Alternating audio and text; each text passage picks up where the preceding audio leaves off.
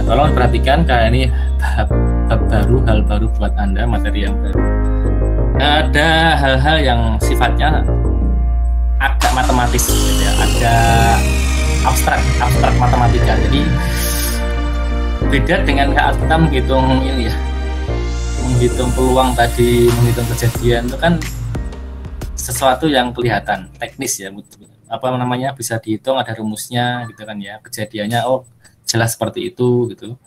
Kemudian kalau kita menghitung misalkan turunan atau integral itu kan teknis sekali, jadi itu bisa dilihat, bisa dihitung. Tapi kalau kita mulai belajar yang ada kata-kata aljabarnya seperti ini teman-teman, kalau ada kata-kata aljabarnya itu kita mulai bicara tentang suatu abstraksi di dalam matematika ya. Jadi abstrak itu berarti ya sesuatu yang intangible, jadi sesuatu yang nggak bisa dilihat atau tidak bisa sepenuhnya Anda bayangkan. Kadang-kadang dia hanya bisa di logika saja gitu ya. Itu yang perlu hati-hati. Kalau sederhananya Pak aljabar itu yang kayak gimana sih ya? Ketika kita menggunakan notasi X, notasi Y di dalam fungsi itu adalah aljabar.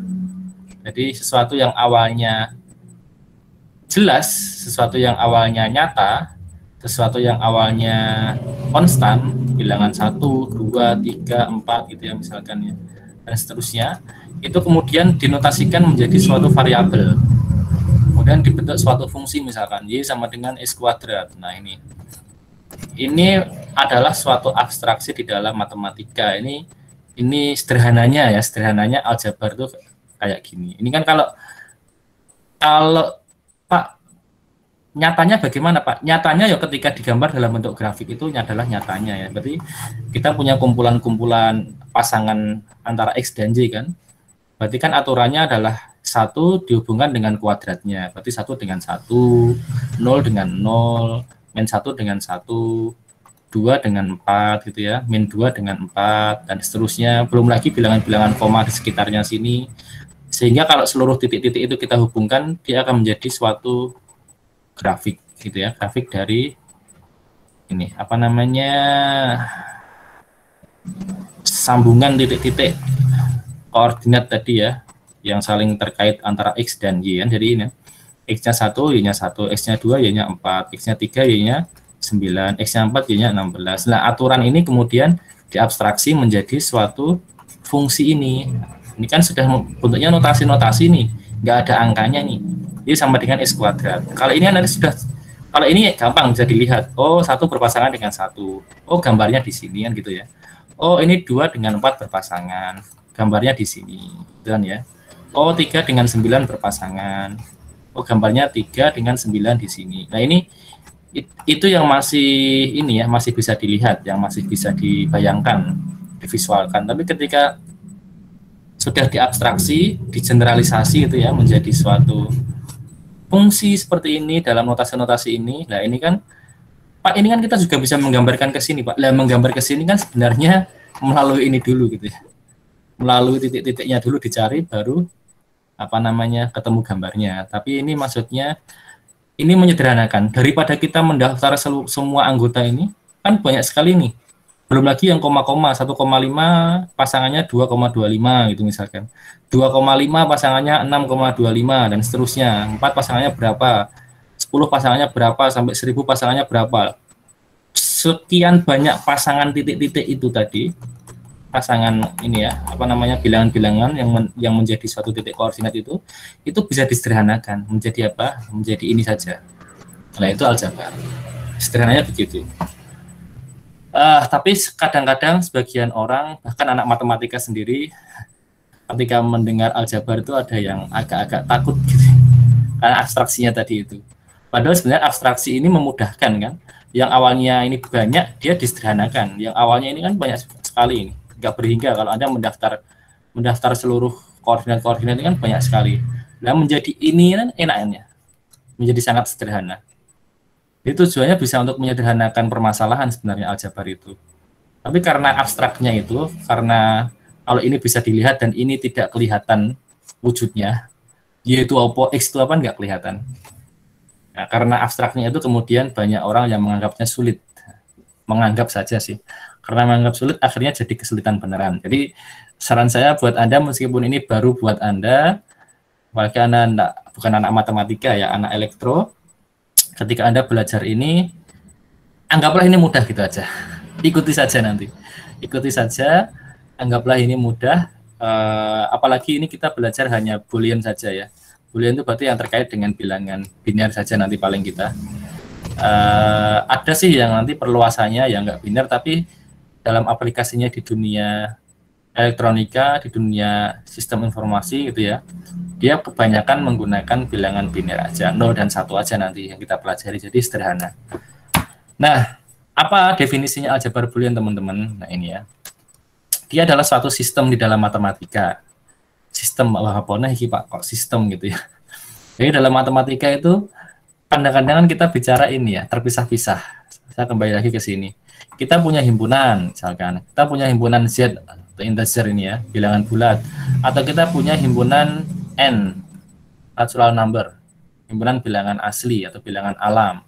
Atau kita punya himpunan bilangan real, gitu ya teman-teman. Lah, ketika kita punya himpunan bilangan ini juga bisa dikatakan sistem, tapi sistem dengan satu himpunan tunggal. Kalau kita hanya dalam sistem hanya punya sebuah himpunan, atau bolehlah kita punya beberapa himpunan, tapi kita tidak punya alat untuk bermain-main antar himpunan itu atau di dalam himpunan itu, maka nggak ada manfaatnya, nggak ada gunanya. Di sini kita punya 1, 2, 3, min 1, min 2, min 3.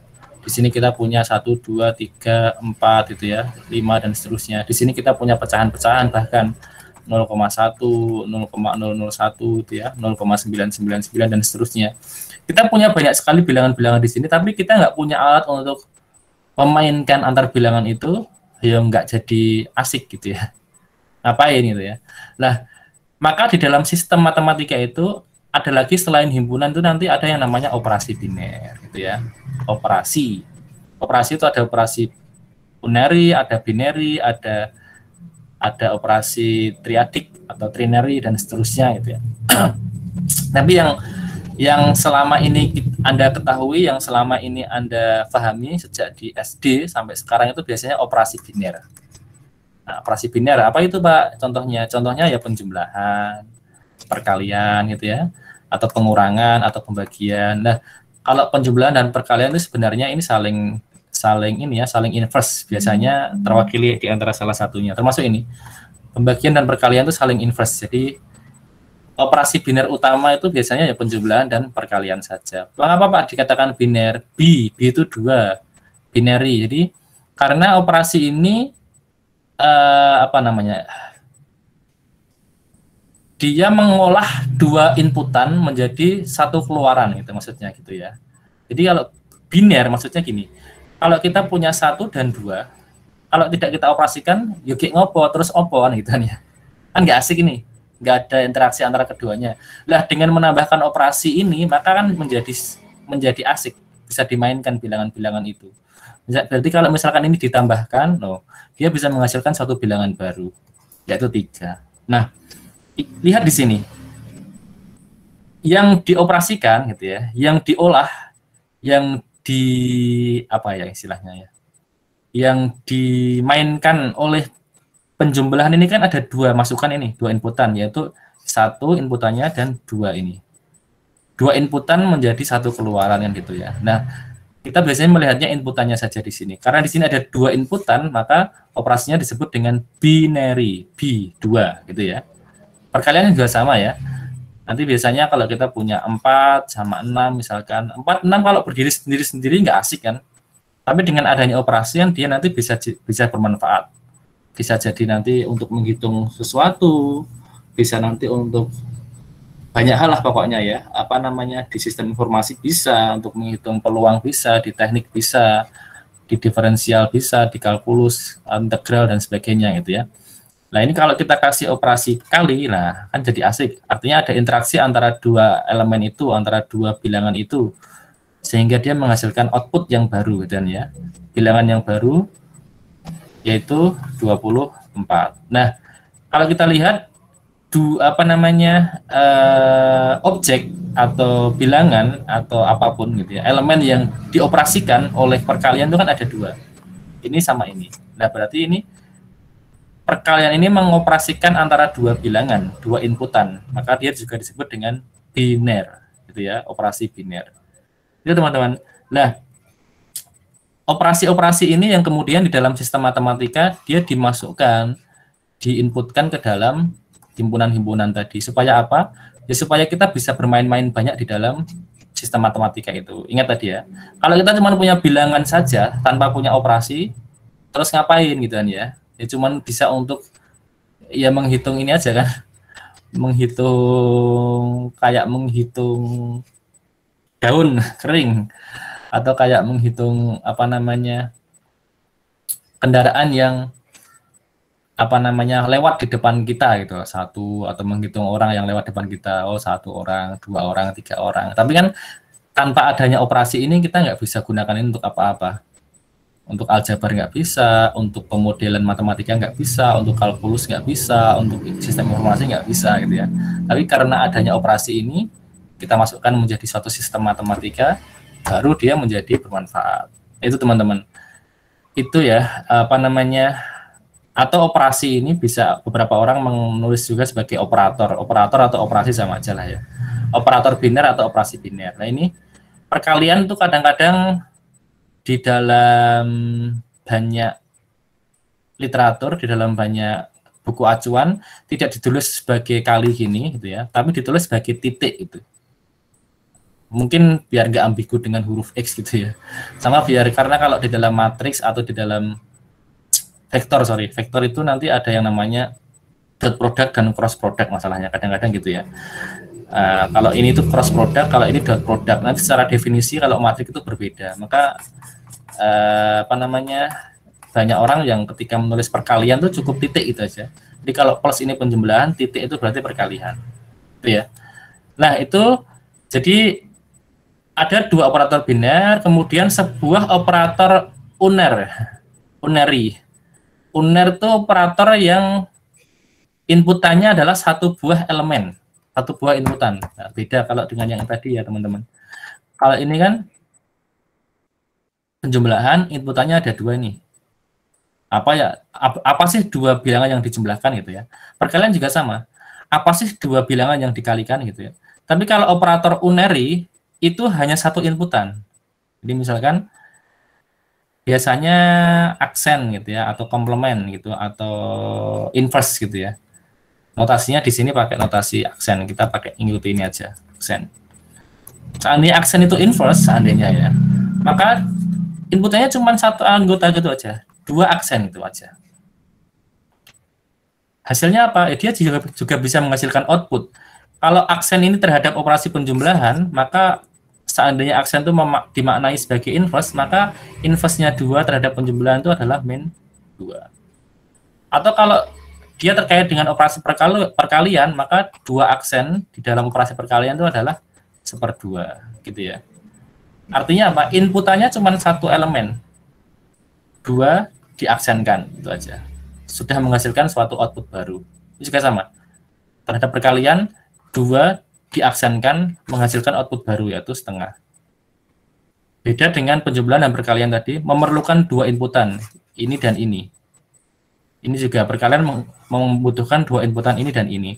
Tapi untuk operator unary, dia hanya membutuhkan satu inputan, ini aja. Apa yang diaksenkan, apa yang diinverskan, gitu aja. Tahu nggak bedanya? Paham nggak maksudnya ini? Penjelasan awal ini dulu. Halo? Paham belum? Mau tanya Pak, berarti kalau yang unary itu tergantung sama soalnya. Mau tanya Pak, yang berarti kalau unary itu tergantung nanti soalnya gimana Pak? Misalnya kalau di aksen hasilnya sekian, gitu Pak? Apa gimana? Ya, yang unary ini Mas ya? Iya Pak. Yang unary ini tergantung pendefinisiannya nanti Mas, tergantung pendefinisian yang membuat sistemnya. Kalau di dalam bilangan dia bisa bermakna inverse pun tergantung. Inverse-nya mau inverse terhadap penjumlahan. Kalau inverse terhadap penjumlahan itu biasanya bilangan menjadi minus, atau inverse-nya inverse terhadap perkalian. Berarti kalau bilangan biasanya kalau diinvers terhadap perkalian menjadi seper gitu ya. Atau kadang-kadang kalau dia himpunan ya berarti aksen itu bisa bermakna misalkan komplemennya. Komplemen dari himpunan itu misalkan gitu. Atau kalau misalkan dia adalah anggota-anggotanya adalah matriks, maka uner itu bisa berarti inverse matriknya dan sebagainya. Pokoknya tergantung ini Mas nanti Mas. Tergantung dari yang mendefinisikan sistem matematikanya gitu Mas. Menjawab pertanyaannya enggak ya? Baik Pak, saya sudah menjawab Pak. Terima kasih Pak. Paham ya itu ya? Iya Pak. Oke, jadi itu Mas. Pokoknya tergantung nanti yang membuat sistemnya, yang mendefinisikan sistemnya. Nah, kemudian teman-teman, misalkan B itu adalah himpunan, pokoknya himpunan, Pak. Himpunan apa, Pak? Ya nanti himpunan bilangan atau himpunan suatu objek-objek tertentu gitu aja. Terus di dalamnya himpunan itu didefinisikan operator ini, plus, dot, dan uner tadi itu. Kemudian, B itu ternyata adalah himpunan yang isinya cuma dua elemen yang berbeda ini, yaitu 0 dan 1 ini. Nah, nanti teman-teman, Anda akan mendapati lagi istilah tuple. Pak, apalagi nih Pak, itu ya. Tuple itu bahasa Indonesianya pasangan terurut ganda. Pak, maksudnya terurut ganda itu bagaimana Pak? Maksudnya bukan tunggal. Ganda itu ya bisa dua berpasangan, kayak Anda lihat permainan bulu tangkis itu ya, permainan tenis, dan ganda itu ya berarti lebih dari satu, ganda putra ya 2 orang putra gitu ya. Kalau bilangan ya tergantung berapa tupel gitu ya. Nah ini untuk menyederhanakan ini ya. Kalau bahasa Inggris memang biasanya pakai tuple gitu ya. Kalau bahasa Inggris biasanya pakai n-tuple gitu ya, n-tuple gitu, lebih pendek. Maka sebagian besar beberapa diktat atau literatur berbahasa Indonesia ini langsung diterjemahkan dengan tuple gini aja. Karena kalau diterjemahkan lebih deskriptif lagi agak panjang. Pasangan terurut ganda n gitu kan ya, sebanyak n. Kan kepanjangan nulisnya gitu ya. Nah itu maksudnya gini ya. Terurut ada 2 pasang misalkan. Termasuk salah satu yang menjadi contohnya n-tuple itu sistem koordinat ya. Kalau kita bicara sistem koordinat misalkan dimensi 2 itu aja lah. Ya enggak repot, dimensi 2. Kalau kita punya titik 1,2 dengan titik 2,1 itu titik yang sama atau berbeda, teman-teman? Halo? Berbeda. Beda, Pak. Ini jelas 2 titik yang berbeda ya. Nah, ini yang dimaksud dengan pasangan terurut ganda. Terurut artinya apa? Ya dia memperhatikan urutan, artinya koordinat 1,2 itu ya berbeda dengan koordinat 2,1. Meskipun ini bilangannya sama ya, ada 1, ada 2, ada 1, ada 2. Tapi ketika ditukar letaknya, itu sudah beda makna, sudah beda objek. Nah, itu maksudnya terurut ganda. Nah, berbeda dengan himpunan. Kalau himpunan itu bukan tuple. Ini dia bukan tuple, artinya bukan pasangan terurut ganda. Kenapa? Karena kalau kita punya himpunan 1,2, sorry ini notasi himpunan, dengan himpunan yang isinya 2,1, ini himpunan yang sama apa berbeda ini? Himpunannya sama, Pak. Sama ya? Nah, ini sama, tapi yang ini berbeda, tidak sama ini. Itu maksudnya. Jadi, sistem koordinat itu adalah contoh 2 tuple gitu ya. 2 tuple berarti pasangan terurut ganda 2, artinya ada 2 objek yang berpasangan di sini. Ini kalau himpunan itu bukan tuple. Kenapa? Karena dibolak-balik itu ya sama. Himpunan yang isinya 1 dan 2 dengan himpunan yang isinya 2 dan 1 itu adalah himpunan yang sama. Nah, itu maksudnya tuple gitu, teman-teman. Itu dulu ya. Jadi ada hal-hal yang perlu saya jelaskan pelan-pelan ini. Karena mungkin ini terminologi baru atau pemahaman baru buat Anda. Nggak apa-apa ya, pelan-pelan aja. Itu yang dimaksud dengan n-tuple, teman-teman. Lihat kalau di sini berarti aljabar Boolean itu adalah 4 tuple itu ya, 4 tuple ini.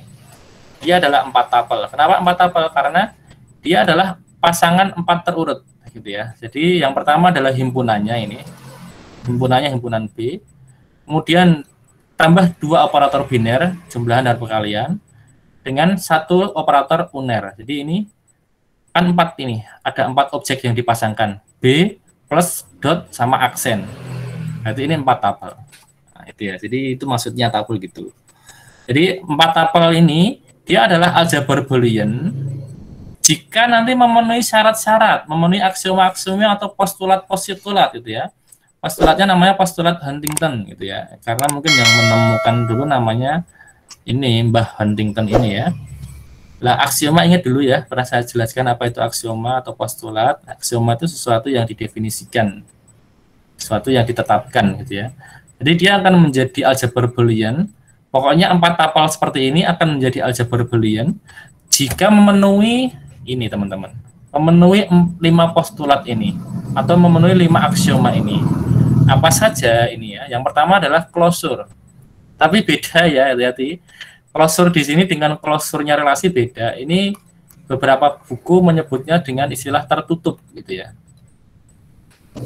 Bukan, kalau closure kemarin kan closure covernya, tutupannya.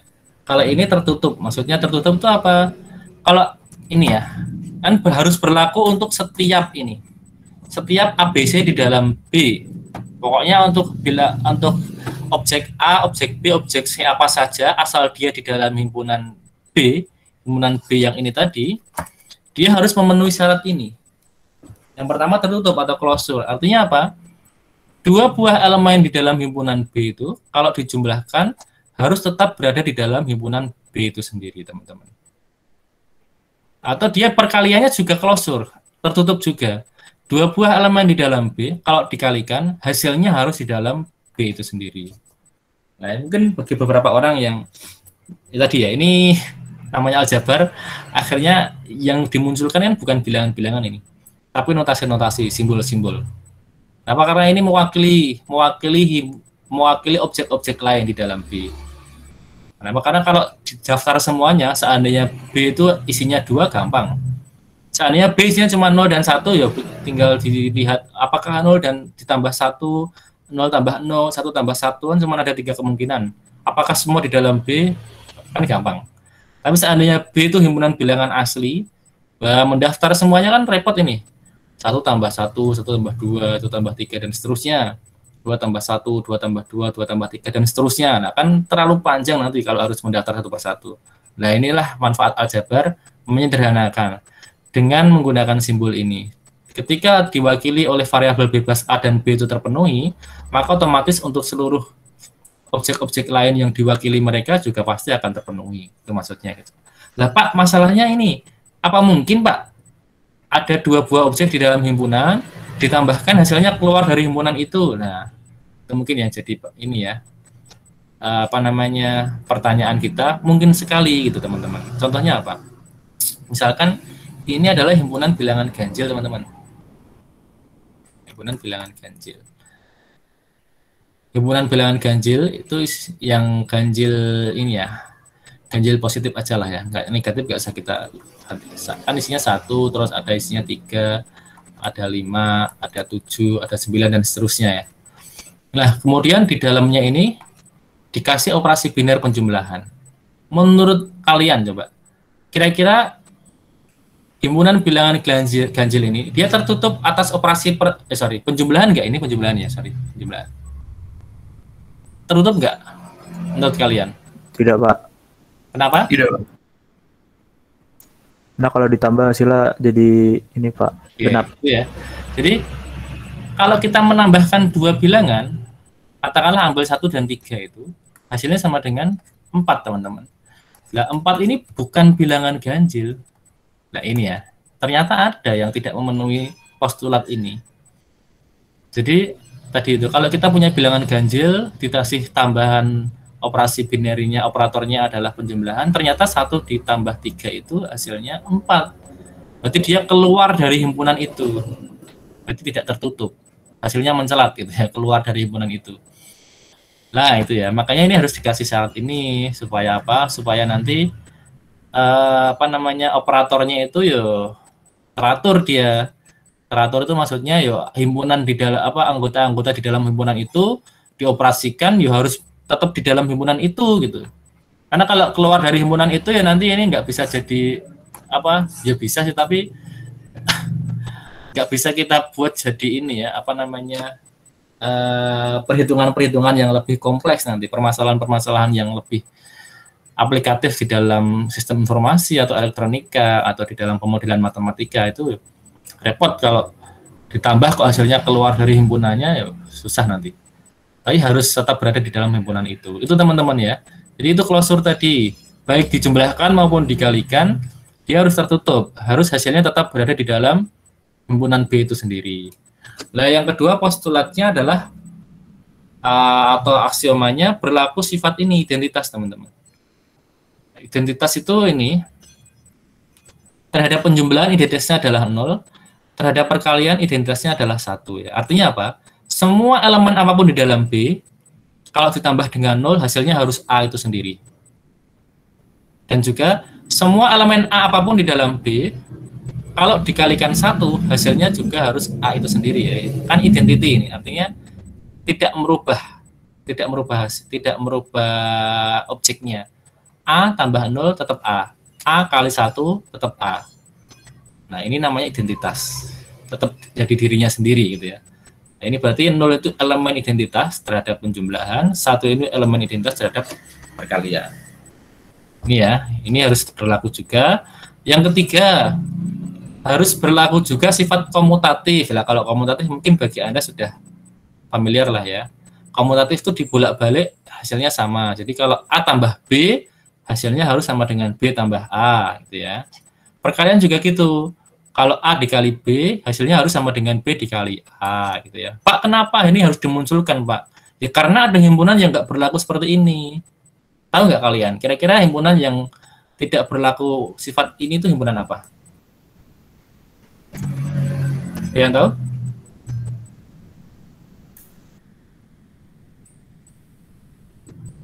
Halo?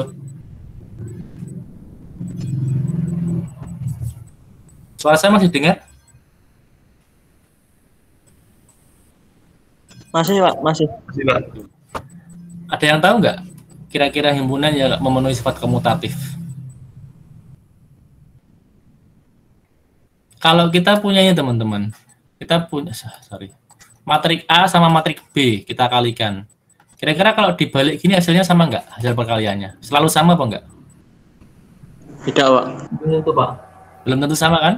Mungkin ada yang sama tapi belum tentu sama. Nah, ini kan belum tentu ternyata. Nah, jadi ternyata ada yang nggak berlaku sifat seperti ini tuh ada. Contohnya tadi itu matriks, perkalian matriks ini nggak berlaku itu ya. Jadi ini tetap harus dimunculkan. Jagani maksudnya. Jagani itu ya biar sifat ini tetap terpenuhi di dalam sistemnya nanti. Itu ya. Kemudian ini sifat distributif. Lah ini teman-teman, ini hati-hati. Dalam aljabar Boolean itu kalau yang biasanya kita kenal distributifnya itu yang atas. Oke lah, kalau ini kita sudah sangat mengenal secara apa namanya umum ya, bahwa kalau kita punya satu bilangan dikalikan dengan jumlahan dua bilangan lain, itu kan tinggal didistribusikan nih. A dikalikan B tambah C. Sudah jelas bahwa dia menjadi A kali B ditambah dengan A kali C gitu kan ya. Ini kali ini ditambah dengan ini kali ini gitu, sehingga menjadi ini dan ini. Nah, yang ini tuh baru ini. Distributif yang kedua ini baru. Karena kalau dalam aljabar biasa, dalam sistem matematika biasa, ini kan nggak pernah kita nggak menggunakan seperti ini. Sebagai contoh ya, kalau kita misalkan 2 ditambah dengan 3 dikali 4 gitu teman-teman. Apakah ini akan sama dengan 2 tambah 3 dikali 2 tambah 4? Sama nggak? Tidak, Pak. Nggak sama kan? Ini kan berapa hasilnya? 2 tambah 3 kali 4 itu berapa? 3 ini harus, kalau di dalam sistem matematika biasa, aljabar biasa, kan ini harus tetap dikalikan dulu. Perkalian tuh pokoknya berlaku ini kan ya. Berlaku prioritas gitu ya. Jadi 3 tambah 4 dulu, 12, harus tambah 2, hasilnya 14. Padahal kalau gini, yang ini 5, yang ini 6, dikalikan hasilnya 30, kan sangat berbeda ya. Nah ini dalam aljabar biasa. Dalam aljabar biasa yang kita kenal selama ini. Tapi dalam aljabar Boolean ini harus terpenuhi gitu. ini harus terpenuhi gitu ya. Nah, loh kok bisa Pak? Nah makanya tadi itu. Makanya bilangan bulat biasa nanti nggak bisa masuk jadi aljabar boolean. Maka yang paling bisa masuk dalam aljabar boolean itu contohnya salah satunya adalah bilangan biner. Bilangan yang himpunannya isinya hanya 0 dan 1. Nanti bisa Anda cek nanti. Nah, 0 dan 1 ini bisa nanti dia memenuhi syarat ini. Kalau nggak percaya coba kita cek ya. Oh, tapi nanti syaratnya ada lagi, sorry. Apa namanya? Operasi penjumlahan dan perkalian dalam 01 yang aljabar boolean nanti masalahnya beda dengan penjumlahan dan perkalian biasa. Nanti di belakang akan saya sampaikan dulu. Tapi ini yang perlu Anda pahami dulu. Hati-hati di sini yang kedua ini teman-teman. Jadi ini tinggal seperti yang atas tapi operasinya dibalik itu ya. Ini kan perkalian, ini penjumlahan, ini penjumlahan, ini perkalian. Ini perkalian, penjumlahan, penjumlahan, perkalian, perkalian, penjumlahan. Pokoknya kalau aljabar boolean yang bawah pokoknya harus berlaku. Itu ya Pak. Kalau enggak, ini berarti ini bukan aljabar boolean gitu ya. Berarti bilangan bulat biasa dengan operasi penjumlahan biasa ini, ya dia bukan aljabar boolean nanti. Bukan aljabar boolean. Gitu ya. Nah, kemudian yang terakhir, postulat yang terakhir, yang kelima itu disebut dengan komplemennya, teman-teman. Nah, ada operasi dengan komplement yang sifatnya, yang hasilnya harus baku di dalam aljabar boolean itu, bahwa setiap elemen apapun, A itu kan mewakili elemen apapun di dalam B ya, di dalam himpunannya ya. Kalau ditambahkan dengan komplemennya, tadi ingat aksen tadi itu adalah operator uner tadi, bermaknanya dia komplemennya A gitu ya.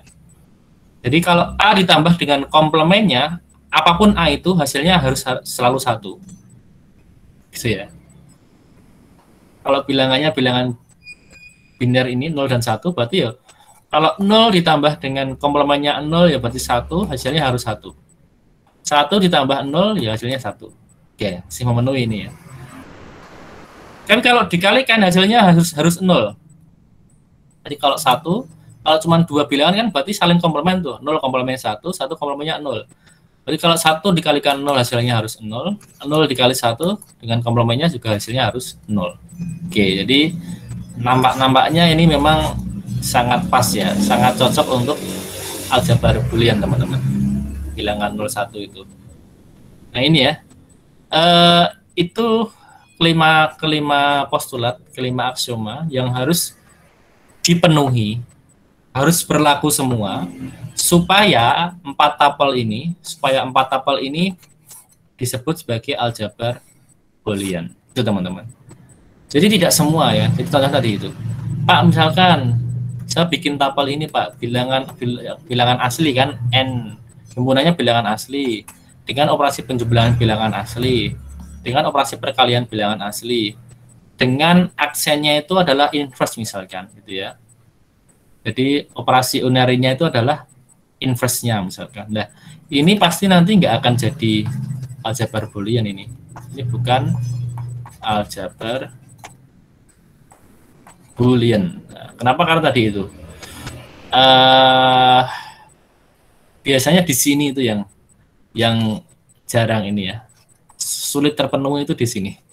Oke, mungkin di sini antara 1, 2, 3 ini masih bisa terpenuhi, tapi ketika sudah masuk ke 4 ini, yang 4B ini ya, 4 yang poin 2 ini yang tidak terpenuhi nanti. Dan kadang-kadang juga sebagian di sini juga tidak terpenuhi nanti. Komplemen ini. Gitu ya. Sampai sini ada yang mau ditanyakan dulu? Sudah paham belum? Sudah, Pak. Paham ya? Sudah, Pak. Saya lanjutkan dulu teman-teman. Nah ini ya, ini yang paling sering digunakan. Aljabar boolean 2 nilai ini. Tadi itu ya, 2 nilai, isinya cuma 2 nilai 0 dan 1 saja.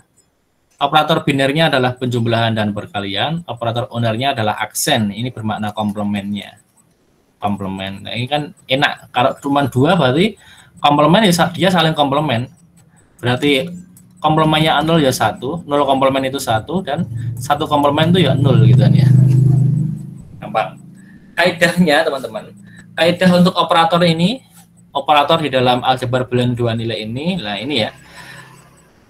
Ini kalau yang perkalian masih oke lah ya. Jadi 0 kali 0 itu 0.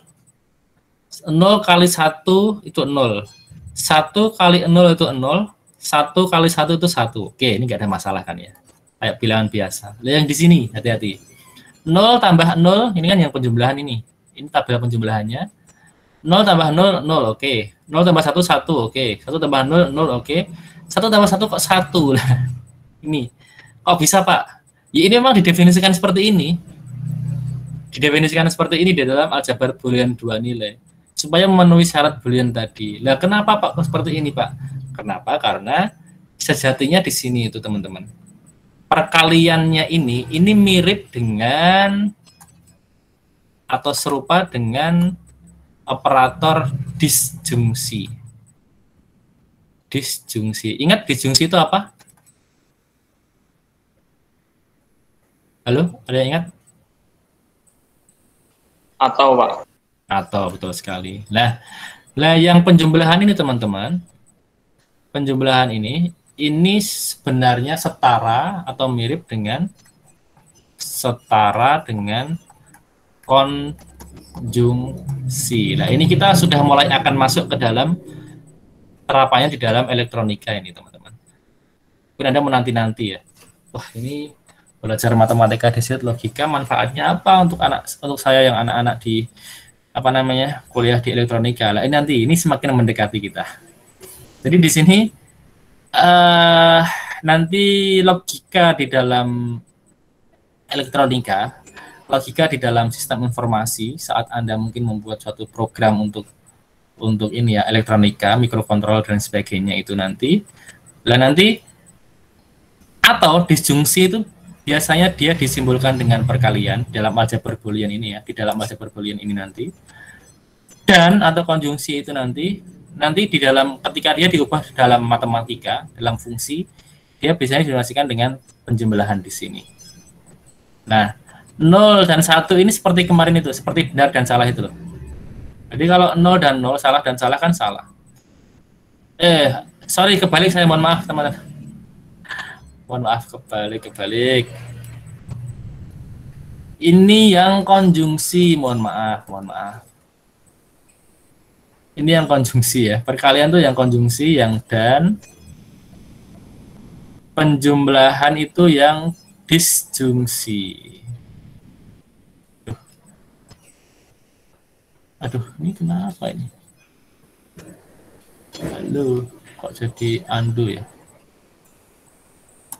Nggak bisa dihapus ya. Oke, ini yang disjungsi pokoknya ini ya. Ini disjungsi, ini yang atau ya.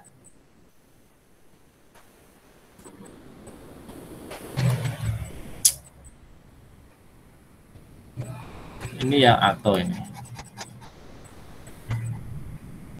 Oke, ini. Jadi yang perkalian tuh yang konjungsi, yang dan, yang penjumlahan itu yang secara dengan disjungsi, yang atau, mohon maaf. Jadi kalau dan kemarin teman-teman, supaya jadi benar itu syaratnya apa? Mesti ingat? Kedua-duanya harus benar, Pak. Betul sekali ya. Supaya jadi benar, supaya jadi satu, itu dua-duanya harus benar, dua-duanya harus satu. Supaya logikanya true itu dua-duanya harus true gitu ya. Nah, beda dengan penjumlahan, beda dengan atau disjungsi. Untuk jadi true, untuk jadi yes gitu ya, dia cukup salah satu yes, oke, dia akan yes gitu ya. Atau dua-duanya yes juga dia tetap yes. Nah ini ya, ini yang perlu kita perhatikan. Jadi dalam aljabar boolean ini kita sudah mulai mendekati nanti di dalam logika pemrograman di dalam teknik elektronika nanti ya, atau teknik informatika nanti ya. Jadi perkalian itu nanti setara dengan konjungsi, penjumlahan setara dengan disjungsi. Makanya di sini ingat-ingat ya, 0 kali 0 ya 0, 0 kali 1 0, 1 kali 0 0, 1 kali 1 1. Karena 1 setara dengan dan. Nah ini 0 setara dengan false, 1 setara dengan true gitu ya. Makanya kalau dijumlahkan 0 tambah 0 ya 0, 0 tambah 1 1, 1 tambah 0 1, 1 tambah 1 1. Nah, komplemennya kan ya kalau 0 atau false komplemennya berarti ya true, kalau true komplemennya atau negasinya mungkin istilahnya kalau dulu ya, negasinya atau komplemennya adalah false. 1 negasinya 0, 0 negasinya 1. Nah, ini adalah aturan main di dalam aljabar Boolean 2 nilai. Sampai sini paham dulu nggak? Paham, Mbak. Paham ya? Paham, Mbak. Kalau silahkan mbaknya ada yang mau tanya atau paham? Mbaknya tadi bilang apa ya? Paham ya? Oke. Kalau ada yang belum paham, silahkan, nggak perlu malu atau sungkan sama temennya. Tanyakan aja, daripada nanti di belakang Anda bingungan gitu ya. Karena nanti ini besok semakin ke atas akan terus digunakan. Semakin Anda ke semester atas, ini akan sering digunakan ini, materi terakhir tentang aljabar Boolean ini. Nah, ini ya. Kemudian teman-teman kita belajar yang namanya dualitas. Ini pernah kita pelajari dulu waktu belajar logika kalau nggak salah ya, bab-bab awal itu. Dualitas itu dualnya itu ya semacam komplemennya gitu ya. Teman-teman, apa prinsip di dalam dualitas itu? Jadi di dalam misalkan kita punya himpunan S, S itu adalah kesamaan atau identitas di dalam aljabar Boolean gitu ya, yang melibatkan operator jumlah, kali, dan komplement. Maka pernyataan S bintang, jadi kalau dia adalah pernyataan, maka S bintang itu dia semacam apa ya? Semacam komplement, semacam negasinya gitu kira-kira ya. Semacam negasinya dari S. Berarti kalau awalnya jumlah itu dualnya menjadi kali, awalnya kali teman-teman, dualnya menjadi jumlah, awalnya jumlah dualnya menjadi kali, 0 dualnya yaitu 1, 1 dualnya yaitu 0. Itu ya. Komplement tidak diapa-apakan. Ini ya. Membiarkan operator komplement tetap apa adanya. Jadi yang komplement tetap komplement saja. Yang kita ubah itu kalau ada penjumlahan diganti kali, kalau ada perkalian diganti jumlah, kalau ada 0 diganti 1, kalau ada 1 diganti dengan 0. Itu yang disebut dengan dualnya. Contohnya ini, yang pertama dulu ini awalnya pernyataannya adalah A dikali 1 dalam kurung kan ya, dikalikan dengan 0 ditambah A komplement tutup kurung sama dengan 0. Nah, ini dual itu ya tinggal dibalik semua aja. Ini dibalik sesuai dengan aturan ini. Ya. A tetap A. Kenapa? Karena dia bilangan atau objek yang tidak diketahui, yang masih variabel bebas. A tetap A di sini. Kali di sini, kali menjadi jumlah di sini. Ya. 1 menjadi 0 di sini. Ya. Terus di sini antara kurung depan dengan kurung belakang kan ini perkalian ini. Di sini menjadi penjumlahan. Ya. 0 di sini, 0 menjadi 1. Tambah di sini menjadi kali di sini. A komplement tetap A komplement. Ya, ingat tadi kan ini operator komplement tetap apa adanya. Biarkan dia tetap komplement. Terus ini sama dengan di sini 0, di sini menjadi sama dengan 1. Jadi semua dibalik sesuai dengan aturan ini. Yang tambah menjadi kali, yang kali menjadi tambah, yang 0 menjadi 1, yang 1 menjadi 0. Tapi objek bebas atau variabel yang tidak diketahui ini, A maupun komplement tetap. Ingat itu ya. Itu adalah dual.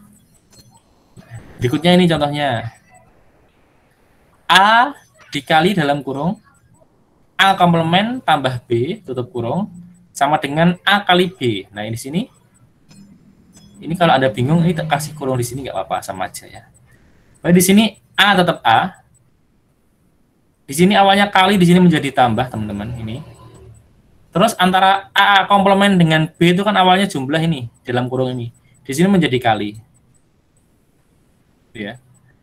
Sama dengan di sini A kali B, di sini menjadi A tambah B. Itu dual. Udah paham belum? Sudah, Pak. Sudah, Pak. Sudah, Pak. Paham ya? Oke. Baik, saya lanjutkan dulu. Nah, ini nanti dikerjakan tugas aja untuk latihan di rumah aja biar cepat. Kita langsung ke contoh-contoh yang lain aja nanti. Dalam aljabar boolean teman-teman, ini sebentar lagi sudah mau asar ya. Paling asar kita stop lah, biar kecapean Anda. Ini A tambah 0 sama dengan A tadi itu hukum homogenitas yang saya bicarakan di awal tadi. Ini sudah kita bicarakan tadi ya. Nah, ini tadi sudah kita bicarakan juga tadi hukum komplement, bahwa setiap elemen kalau ditambah dengan komplemennya jadi 1, kalau dikali dengan komplemennya jadi 0. Ya.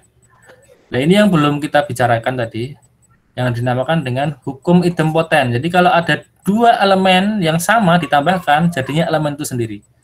Di A tambah A hasilnya yuk A itu sendiri, A kali A hasilnya yuk A itu sendiri. Itu idempoten namanya, idempoten. Poten berpotensi, idem itu kan sama ya. Kalau kan ditanya punya usul enggak, idem Pak sama yang tadi ya, sama. Berarti berpotensi sama, berarti tadi itu ya. Dua elemen sama ditambahkan gitu ya dengan dirinya sendiri, hasilnya dirinya sendiri. Cek aja di sini teman-teman, di dalam boolean yang ini tadi kan ini ya. 0 kali 0, 0, 1 kali 1, 1. 0 tambah 0, 0. 1 tambah 1, 1. Ini kan idempoten ini, berlaku tadi ya. Dua objek yang sama, mau ditambahkan ataupun dikalikan dengan dirinya sendiri, hasilnya tetap dirinya sendiri. Nah, itu idempoten. Ini yang bagian ini sama ini. Nah, ini mencerminkan idempotennya. Hukum dominansi.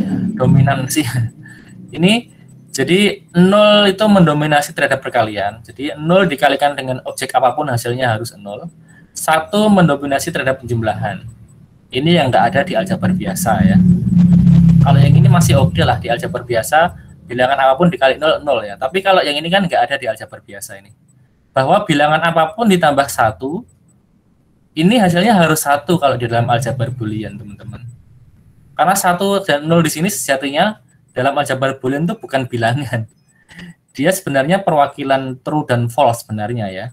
Nanti dia perwakilan ini nanti. Perwakilan kalau di dalam arus elektronika itu ya perwakilan antara ini ya. Data itu loh ya, data digital itu loh ya. Perwakilan antara ada arus listrik atau tidak ada arus listrik gitu ya. 0 berarti tidak ada arus listrik, 1 berarti ada arus listrik gitu kan ya. Di 1 dan 0 di sini itu sebenarnya di dalam aljabar boolean ini bukan bilangan biasa. Maksudnya bukan seperti bilangan pada umumnya itu, bukan.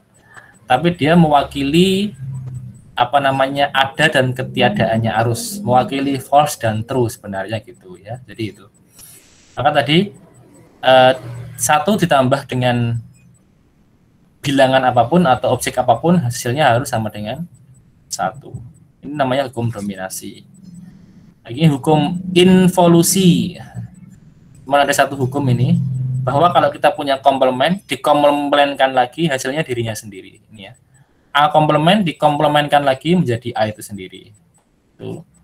Hukum penyerapan. Nah, ini teman-teman hukum penyerapan. A ditambah dengan A kali B hasilnya sama dengan A. A dikali dengan A tambah B hasilnya sama dengan tetap A. Gitu ya. Ini nanti bisa kita, kalau Anda mau membuktikan bisa nanti ya. Dengan cara A kali 0, A didistribusikan. Gini, kalau mau dibuktikan gini ya. Ini Anda distribusikan pakai sifat distributif yang mana ya? Distributif itu tadi di mana? Oh, di sini. Pakai sifat distributif yang ini, nomor 9 ini, maka A ditambah A kali B itu kan A-nya boleh keluar. Ini kan biar tetap A kan kali 1 ya. 1 ditambah dengan B, kan harusnya gitu ya. Ini ya. Ini ya bagian yang ini. A, ini kan kalau kita distribusikan kan berarti A kali 1 hasilnya A. Ini kan sesuai ini, A kali 1 hasilnya A. A kali B hasilnya A tambah B, kan gitu. Nah, di sini teman-teman, 1 tambah B itu, ingat, 1 itu mendominasi terhadap penjumlahan. 1 ditambah dengan objek apapun hasilnya selalu 1. Berarti yang belakang ini hasilnya 1. A kali 1 hasilnya 1. 1 tambah B hasilnya 1. Ya tinggal ini kan berarti A kali 1 pakai yang ini lagi, ya hasilnya sama dengan A itu sendiri. Itu kalau mau dibuktikan. Ini juga Anda bisa nanti dengan cara yang hampir sama dengan atas ini. Anda bisa membuktikan bahwa A tambah AB sama dengan A kali A tambah B juga A. Itu ya. Hukum komutatif tadi sudah saya jelaskan di awal, dibolak-balik tadi, sama. Hukum asosiatif ini sering kita dengar lah ya.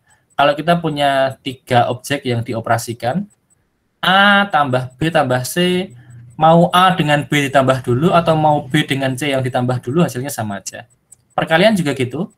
Kita punya 3 objek yang dikalikan, A kali B kali C, mau A sama B dikali dulu atau B sama C dikali dulu, hasilnya sama. Distributif tadi sudah saya jelaskan di awal tadi. Hukum De Morgan, nah ini yang sering kita dengar ya. Hukum De Morgan ini teman-teman.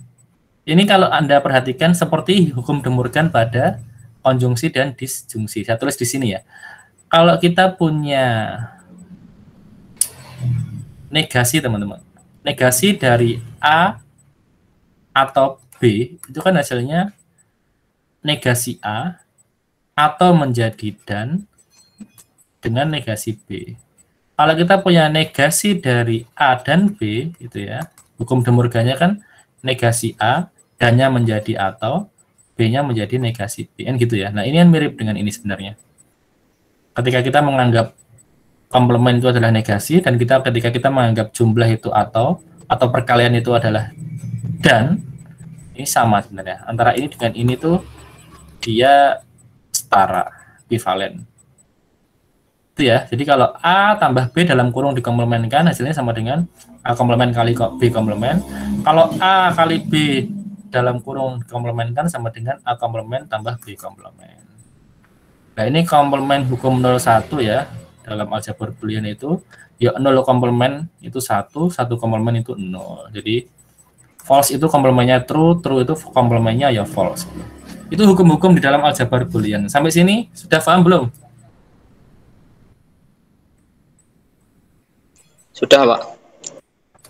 Paham ya? Oke. Baik. Berikutnya teman-teman, saya sampai mana ya? Tersampainya lah. Tersampainya.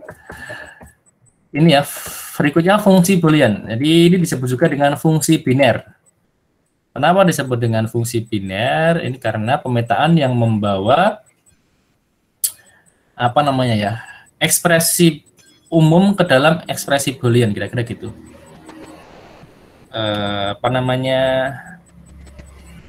Jadi yang awalnya BN, B indeks N itu adalah N tuple, ordered N tuple ini ya, ordered N tuple, pasangan terurut ganda N. Ini nanti dia diekspresikan atau hasilnya diubah ke dalam bentuk Boolean, kira-kira gitu. Timbang bingung langsung contoh ya. Ini ya. Setiap ekspresi Boolean tidak lain merupakan fungsi Boolean. Contohnya ini. Berarti ini kan B3 ini ya. Inputnya kan ini B3. Kenapa B3? Karena dia ordered 3 tuple, pasangan terurut 3 pasang. Ini ya, X, Y, dan Z. Input dari fungsi 3 yang inputannya 3 gitu, kira-kira gitu. Nah, fungsi yang inputannya ada 3 buah objek, yaitu X, Y, dan Z itu didefinisikan fungsinya seperti ini. X, Y, Z sama dengan X kali Y kali Z ditambah dengan X komplement Y tambah dengan Y komplement Z. Pokoknya fungsinya didefinisikan seperti ini pokoknya. Gitu ya. Nah, fungsi F memetakan nilai-nilai pasangan terurut ganda 3, yaitu X, Y, Z, ke himpunan 01. Nah, ini ya. Ke himpunan Boolean. Jadi yang awalnya B3 dibawa ke B, ke Boolean. Yang awalnya X, Y, Z dibawa ke 0 dan 1 saja. Ke 0 atau 1 maksudnya gitulah, bukan 0 dan 1 ya. Ke 0 atau 1 salah satunya. Nah, contohnya ini. Contohnya seandainya X, Y, Z-nya kita isi dengan ini 1, 0, dan 1. Berarti X-nya adalah 1, Y-nya adalah 0, Z-nya adalah 1. Nah, kalau ini kita masukkan ke dalam fungsi ini, berarti hasilnya adalah X kali Y kali Z adalah ini, 1 kali 0 kali 1. X komplement Y berarti menjadi 1 komplement dikali 0. Y komplement Z, Y-nya 0 berarti jadi 0 komplement kali Z, Z-nya 1 berarti 0 komplement kali 1. Dan yang depan ini teman-teman, 1 kali 0 kali 1, 0 tadi kan mendominasi ya terhadap perkalian, hasilnya 0. Ini masih perkalian juga, masih mendominasi dia ya. 1 komplement hasilnya 0, 0 kali 0 ya tetap 0. 0 komplement hasilnya 1, 1 kali 1 hasilnya 1. Nah, 0 tambah 0 tambah 1, dalam operasi penjumlahan 1 mendominasi. Berarti hasilnya adalah 1. Sehingga peta atau hasil atau kawannya untuk elemen 101 adalah 1. Gitu. Itu maksudnya fungsi Boolean. Jadi ketika di sini dimasukkan inputan apapun, hasilnya nanti hanya satu pilihan, hanya satu kemungkinan. Hanya ada 2 kemungkinan. Hasilnya 0 atau 1 saja. True atau false saja gitu ya. Maksudnya gini, kalau ini nanti terapannya ke depan, nanti ke depan Anda akan sampai ke dalam ini nanti teman-teman, terapan di dalam pensaklaran, kemudian di dalam logika-logika elektronika seperti ini gitu ya. Nah, ini maksudnya, saya kembali ke sini dulu. Misalkan di sini kayak dulu itu loh ya, ada perintah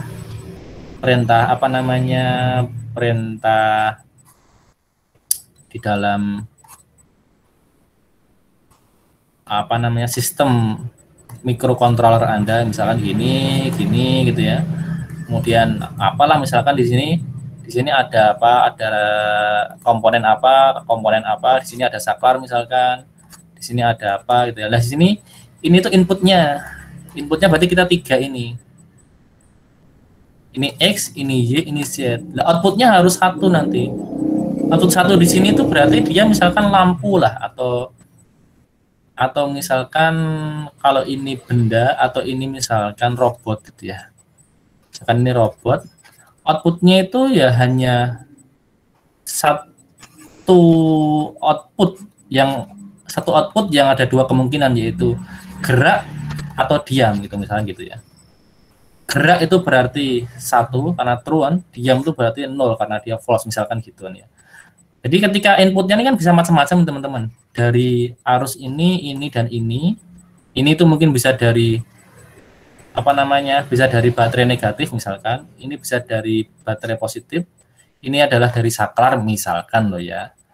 Nah, kemudian ini tinggal tadi itu, berarti berbagai kemungkinan antara X, Y, Z itu akan menghasilkan apa di sini gitu maksudnya. Jadi X, Y, Z yang menghasilkan gerak itu apa saja gitu maksudnya gitu ya. Jadi kalau contohnya di sini tadi, andaikan ini itu misalkan interpretasinya adalah ini, berarti supaya robot ini gerak, salah satu input supaya robot ini gerak itu adalah dikasih inputan ini. X-nya 1, Y-nya 0, Z-nya 1. Ini tadi kan, ini 101. Karena dia menghasilkan 1 di sini. Menghasilkan 1 berarti menghasilkan kesimpulan bergerak. Itu ya. Atau nanti bisa kita cek lagi yang lain. Untuk inputan yang lain bagaimana ya gitu kan ya. Seandainya ini harusnya kita kasih 000 semua gitu. Dia gerak atau enggak? Jangan-jangan gerak gitu. Nanti dia dapat listrik dari mana gitu ya. Berarti ada yang konslet mungkin gitu.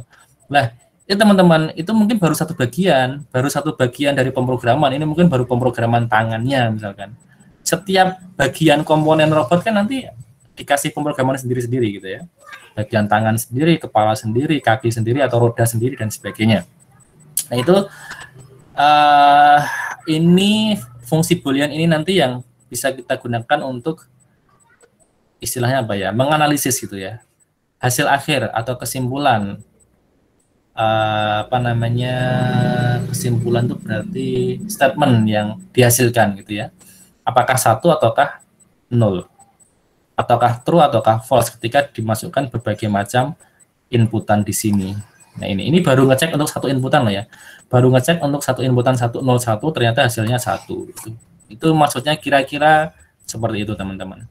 Bisa dipahami nggak? Bisa, Pak. Paham nggak? Bisa, Pak. Paham ya? Oke, nah itu kemudian nah ini contohnya tadi.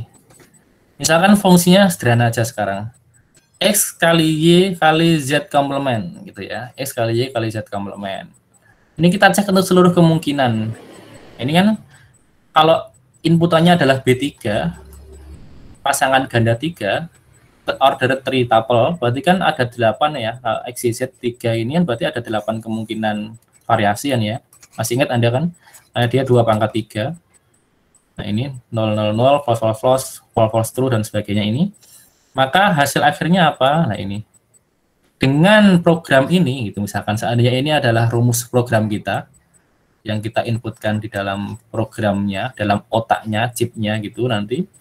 Oh ternyata dari semua kombinasi nilai 0 dan 1 itu untuk X, Y, Z, hanya satu tok yang memungkinkan outputnya adalah true atau 1, yaitu ketika X-nya 1, Y-nya 1, dan Z-nya 1 di sini. Dia akan menghasilkan 1. Selain itu 0 semua, selain itu false semua. Gitu ya. Untuk inputan selain kombinasi X1, Y1, Z0, dia selain itu false semua. Nah, itu maksudnya kalau caranya gampang ya, tinggal Pak kok bisa 0 Pak? Ini kan berarti kalau Z-nya 0 berarti kan komplemennya 1. Berarti ini 0 kali 1. 0 kali 0 kali 1 kan 0 kan ini perkalian kan? Perkalian itu berarti selama masih ada 0, hasilnya tetap 0 karena tadi hukum dominasi tadi, ingat teman-teman. Hukum dominasi selama dia perkalian, apapun dikali 0 hasilnya akan 0. Tapi kalau dia penjumlahan, selama ada bilangan 1, apapun yang dijumlahkan dengan 1 hasilnya akan jadi 1. Hukum dominasinya gitu kan. Jadi gampang ngeceknya di sini. Ini kan kali ini X, Y, Z. Jadi ini dikali ini kan gitu ya. Berarti selama masih ada komponen 0, tetap 0 hasilnya, 0, 0, 0, 0. Nah, di sini kan, ini kan kalinya Z komplement. Kalau mau lebih, bukan dikali ini ya. Harus dibuat Z komplement dulu kan harusnya. 1, 0, 1, 0, 1, 0, 1, 0 gitu ya. Nah, perkaliannya kan antara X, Y, dan Z komplement ini. Bukan yang ini ya, bukan ini. Nah, berarti selama masih ada penyusunnya 0 di dalam perkalian itu, hasilnya tetap 0 semua. Nah, kecuali di sini kan 1, 1, dan 1 Z komplementnya. Berarti hasilnya 1. Pak, ini kok 0, Pak? Nah, karena di sini yang kita lihat kan 1, 1, dan 0. Selama masih ada pengalinya 0, hasilnya 0. Gitu, teman-teman. Sampai di sini paham enggak? Paham, Pak. Paham, Pak. Paham ya? Oke. Lah, komplement fungsi sekarang. Mungkin ini yang terakhir ya. Aplikasi ini besok aja. Ini nanti dalam jaringan pensaklaran dan sebagainya besok aja. Ini aja kita sampai dengan komplement aja nanti ya. Komplement fungsi. Nah, ini untuk menentukan komplement dari fungsi, teman-teman, ada beberapa cara. Yang pertama adalah dengan menggunakan hukum De Morgan. Bang pokoknya. Jadi hukum De Morgan itu berarti kayak tadi itu loh, kayak ini ya, menegasikan antara dan atau itu kan ya. Pokoknya objeknya dibalik, A atau B dikomplementkan semua. Terus operatornya juga diganti. Yang awalnya plus jadi kali, yang awalnya kali jadi plus. Yang awalnya A jadi A aksen, yang awalnya B jadi B aksen. Itu mengkomplementkan suatu fungsi dengan De Morgan. Jadi kalau kita punya fungsi ini misalkan, fungsinya adalah ini, fx yz sama dengan x dikali y komplement kali z komplement ditambah y kali z. Disuruh mencari komplement dari fungsi ini. Nah, dengan De Morgan, berarti f komplementnya adalah ini ya, semuanya ini berarti, semua ini dikomplementkan. Itu berarti step pertama itu. Ini kan semua itu tadi ya. Semua tadi dikomplementkan. Nah, kalau sudah dikomplementkan, lakukan langkah per langkah, hati-hati. Di sini, dalam kurung besar, ada 2 objek kan sebenarnya. Ini, objek pertama dalam kurung besar, objeknya yang kedua X ini. Jadi, hanya ada 2 objek ini, berarti objek pertama X dijadikan X komplement. Terus di sini kan perkalian nih, operatornya harus diganti. Perkalian menjadi penjumlahan di sini. Terus objek kedua yang dalam kurung besar ini, dalam kurung besarnya ini, dikomplementkan gitu ya. Kalau sudah baru kita masuk ke bagian-bagian yang lebih kecil lagi di sini. Nah, di sini ini ada dua bagian ini dan ini dihubungkan dengan penjumlahan, berarti menjadi bagian depan Y komplement dikomplementkan, penjumlahan ini menjadi perkalian, YZ ini menjadi YZ dikomplementkan. Ya. Belum selesai. Kita masuk ke yang lebih rinci lagi di sini. Di sini antara Y komplement dan Z komplement dikalikan. Terus dikomplementkan di sini berarti Y komplement menjadi Y, kali di sini menjadi tambah, Z komplement di sini menjadi Z. Gitu ya. Nah, di sini Y menjadi Y komplement, kali di sini menjadi tambah, Z di sini menjadi Z komplement. Sudah ini? Nggak ada komplement yang di luar kurung. Nah, ini kan tadi masih ada komplement di luar kurung, komplement di luar kurung. Di sini sudah nggak ada ini. Berarti sudah selesai nih. Berarti ini hasil akhirnya. Ini merupakan komplement dari fungsi ini, teman-teman. Itu cara pertama ya. Cara kedua menggunakan prinsip dualitas. Bagaimana menggunakan prinsip dualitas? Yang awalnya ini dicari dualnya dulu. Ingat tadi ya, dual itu berarti yang 0 jadi 1, yang 1 jadi 0, yang tambah jadi kali, yang kali jadi tambah. Ini tadi prinsip dual. Berarti di sini nggak ada 0,1, berarti yang berubah cuman operatornya saja. Jadi di sini. Kali jadi tambah. Ingat tadi, kalau dalam prinsip dual itu komplement tetap komplement. Berarti di sini nggak usah berubah, jadi komplement tetap jadi komplement. Di sini kali jadi tambah. Dalam kurung, kan ini kan sebenarnya dalam kurung kecil ini ya. Jadi di sini tetap dalam kurung. Di sini tambah menjadi kali, di sini kali menjadi tambah. Y tetap Y, Z tetap Z. Nah, kalau sudah ketemu dualnya semua, ini baru dualnya.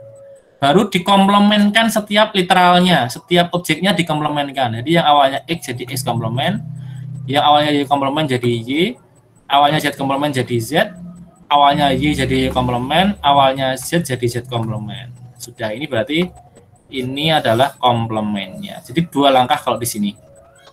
Awalnya mencari dual dulu, baru dikomplementkan setiap literal. Literal itu objek penyusunnya ya. Ya X-nya, Y-nya, Z-nya itu literalnya itu. Hasilnya sama sih dengan yang tadi. Tergantung Anda, silahkan buat Anda lebih mudah ini. Kalau ini memang langkahnya bisa beberapa kali, tergantung kesulitan fungsinya. Kalau ini cuma dua langkah. Sesulit apapun fungsinya, kalau ini cuma dua langkah. Ya. Yang awalnya didualkan dulu, terus dikomplementkan. Nah, itu dua langkah untuk bentuk kanonik pekan depan aja ya. Masuk